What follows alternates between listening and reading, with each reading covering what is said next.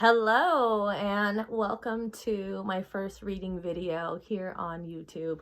My name is Christine Daisy. I'm an intuitive healer. I'm a tarot card reader. I'm an energy reader. And I'm banding around the word embodied mystic. We were just having a discussion with a couple of my friends about that today. So welcome, and I'm going to be giving you guys a reading for the energy this week.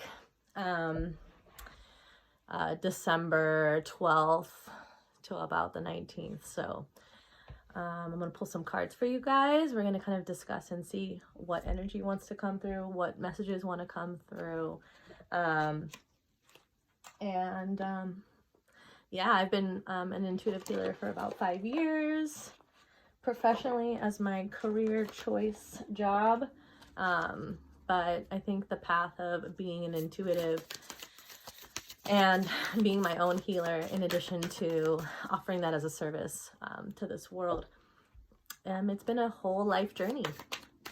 And not everyone feels that they can call themselves like a healer and make that their life work, but I know that that's part of like my purpose in this world, is to do that. And we can feel a lot of shame and guilt around embodying aspects of ourselves that feel true for us, or we can just really own them, right? And I think it's time for just really owning the fact that you're here in your own frequency, in your own way, to be who you are, so that other people give themselves permission too, right? Like, you have permission to be all of who you are. You're more likely to have that if I am giving myself that, right? Like, we create an energy field around that, like a net. Okay, so there's a card from the Work Your Light Oracle deck, and I'm going to pull from this other deck that I have right here too, called the Universal Folk Oracle. So, you know, the state of the world can look like chaos from the outside a lot of the time, because it's meant to,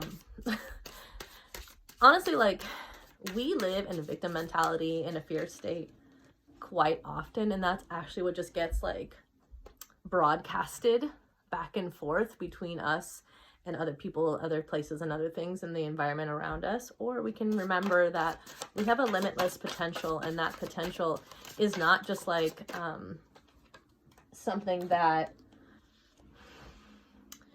limitless potential is accessible to you, and it isn't going to be found in someone else's interpretation of you. It is going to be found in you really giving yourself the time and the energy to drop in to who you are. And that's through life experience, through being who you are in the world, from saying yes to things that inspire you, from saying no to things that are like not inspiring to you, or you know not meant for you. So let's see what cards want to come through. In this week, the energy of leap.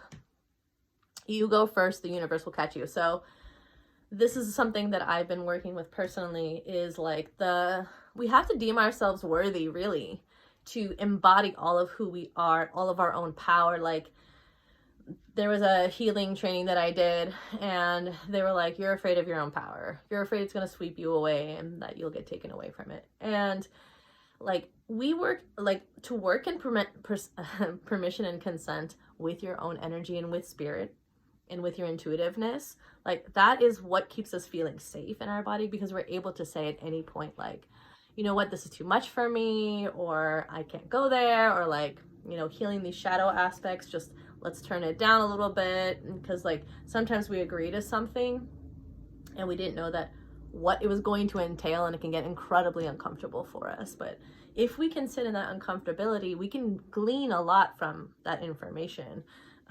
So sitting in that uncomfortability and then still leaping, like knowing that something is meant for you, knowing that in your heart that like the soul is calling you to a greater, grander calling. And it can be so intimidating and scary, especially when what you're doing is like swimming in the mystery. Like, you're going into a space that has never been traversed before, that you have no plans for, that you have no like guidelines, because other people have not done it before.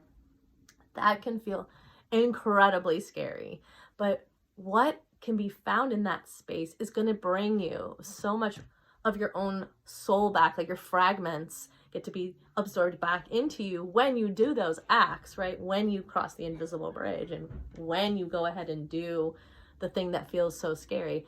Because I think what happens is like there's a part of your energy that is embedded in that scary thing that is both exciting maybe and nerve-wracking at the same time. And the ego knows that the voice of the ego, the voice of the part of you that is trying to keep you safe. And safe can mean that it's a survival mode tactic or, you know, a pattern of behavior that doesn't really serve you anymore, right? Or a belief system or a thought that doesn't serve you anymore. It's trying to keep you safe. It's like, you already know this. This is okay. We can do this. But this thing over here, we have never done that before. That's too scary. That's too out of the box. That's too much, right?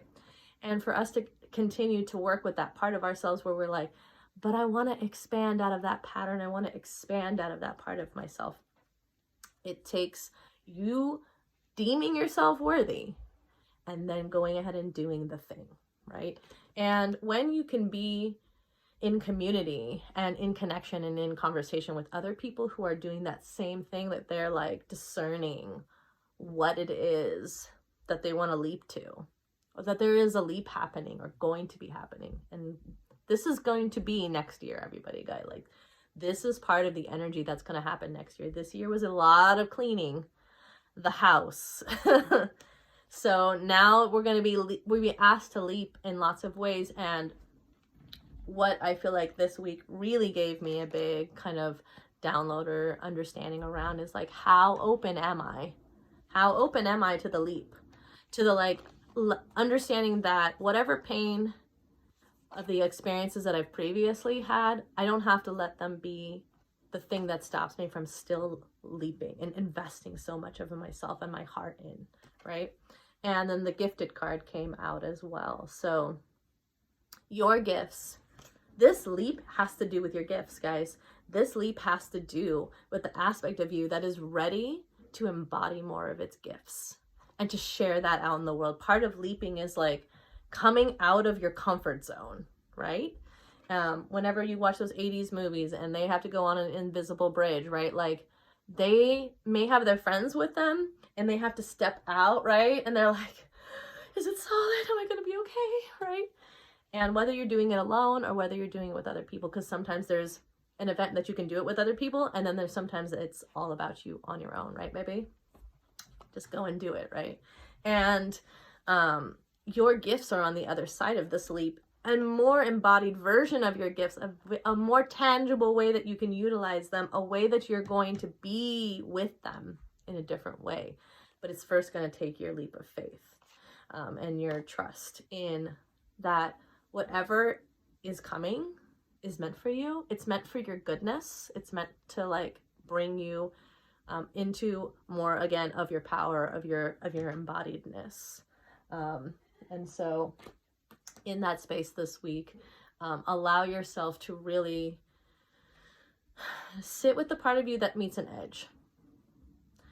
Now, there's sometimes an edge and we hit it and we're like, oh, that's a no for me.